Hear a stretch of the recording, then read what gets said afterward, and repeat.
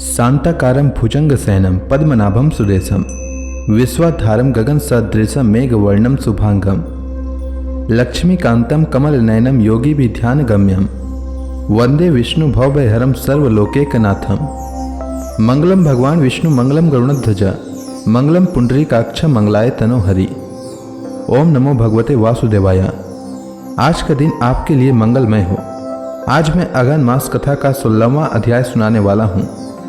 पिछले अध्याय तक मैंने बताया कि पुरोहितों के कहने पर प्रहलाद जी को अग्नि से बाहर निकाल लिया गया और फिर हिरण्यकशिपु ने उसे गुरु जी के यहाँ भेज दिया।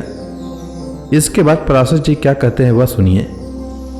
श्री पराशर जी ने कहा, पुरोहितों के इस प्रकार प्रार्थना करने पर दैत्यराज ने दैत्यों द्वारा प्रहलाद को अग्नि समूह से बाहर निकलवाया। फिर प्रहलाद जी गुरु जी के यहाँ रहते हुए उनके पढ़ा चुकने पर अन्य दानव कुमारों को बार बार उपदेश देने लगे। प्रहलाद जी बोले, हे दैत्य कुलोत्पन्न असुर बालकों, सुनो, मैं तुम्हें परमार्थ का उपदेश करता हूं। तुम इसे अन्यथा ना समझना, क्योंकि मेरे ऐसा कहने में किसी प्रकार का लोभ आदि कारण नहीं है। सभी जीव जन्म, बाल्यावस्था और फिर यौन प्राप्त करते हैं। तत्पश्चात दिन दिन वृद्धावस्था की प्राप्ति भी अनिवार्य ही है।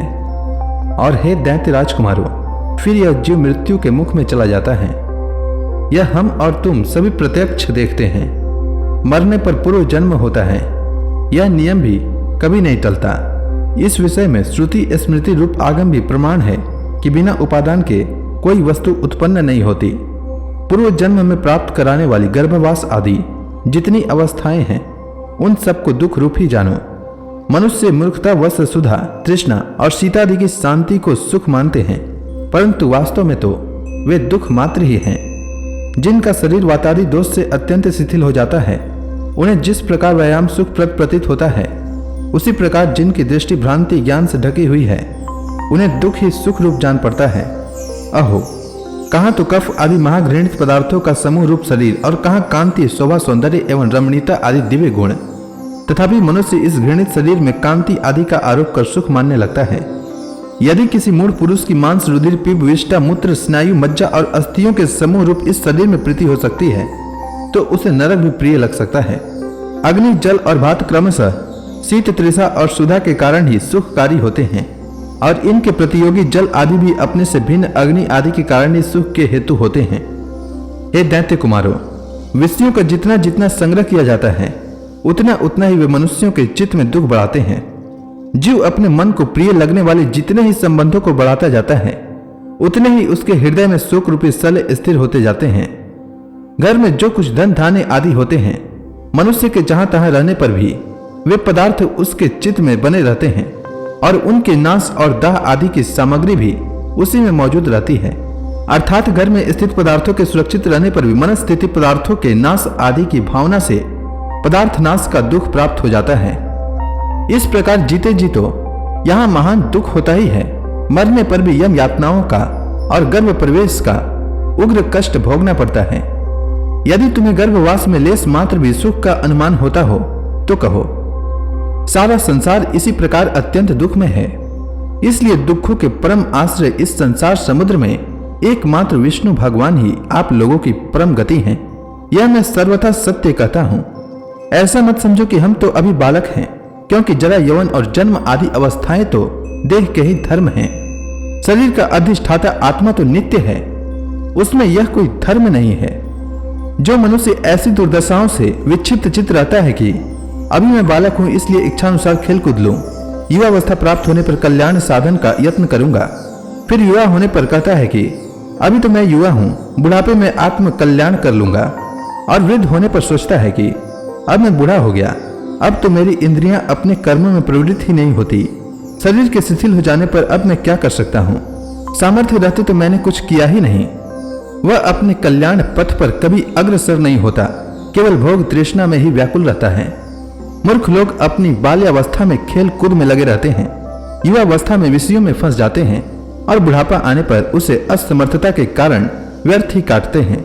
इसलिए विवेकी पुरुषों को चाहिए कि देह की बाल्य यौवन और वृद्धा आदि अवस्थाओं की अपेक्षा न करके बाल्यावस्था में ही अपने कल्याण का यत्न करे।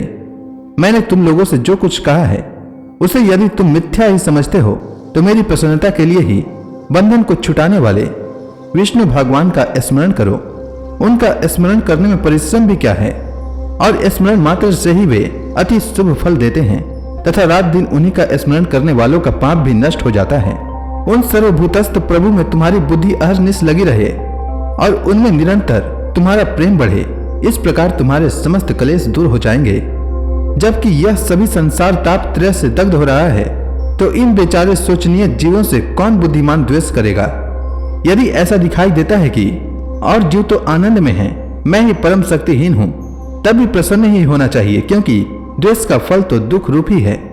यदि कोई प्राणी वैर भाव से द्वेष भी करे तो विचारवानों के लिए तो वे अहो ये महामोह से व्याप्त है। इस प्रकार अत्यंत सोचनीय ही है। ये दैत्यगण, ये मैंने भिन्न भिन्न दृष्टि वालों के विकल्प कहे, अब उनका समन्वय पूर्वक संक्षिप्त विचार सुनो।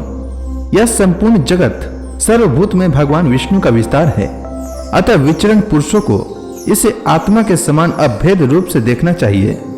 इसलिए दैत्य भाव को छोड़कर हम और तुम ऐसा यत्न करें जिससे शांति लाभ कर सकें। जो परम शांति अग्नि, सूर्य, चंद्रमा, वायु, मेघ, वरुण, सिद्ध, राक्षस, यक्ष, दैत्यराज, सर्प, किन्नर, मनुष्य, पशु और अपने दोषों से तथा ज्वर, नेत्र रोग, अतिसार और गुल्म आदि रोगों से एवं द्वेष, ईर्ष्या, मत्सर, राग, लोभ और किसी अन्य भाव से भी कभी क्षीण नहीं होती, और जो सर्वदा अत्यंत निर्मल है उसे मनुष्य अमल स्वरूप श्री केशव में मनोनिवेश करने से प्राप्त कर लेता है। हे दैत्यों, मैं आग्रह पूर्वक कहता हूं, तुम इस असार संसार के विषयों में कभी संतुष्ट मत होना। तुम सर्वत्र सम दृष्टि करो, क्योंकि समता ही भगवान विष्णु की वास्तविक आराधना है। उन विष्णु भगवान के प्रसन्न होने पर फिर संसार में दुर्लभी क्या है। तुम धर्म, अर्थ और काम की इच्छा कभी मत करना, वे तो अत्यंत तुच्छ हैं। उस ब्रह्म रूप महावृक्ष का आश्रय लेने पर तो तुम निस्संदेह महाफल प्राप्त कर लोगे।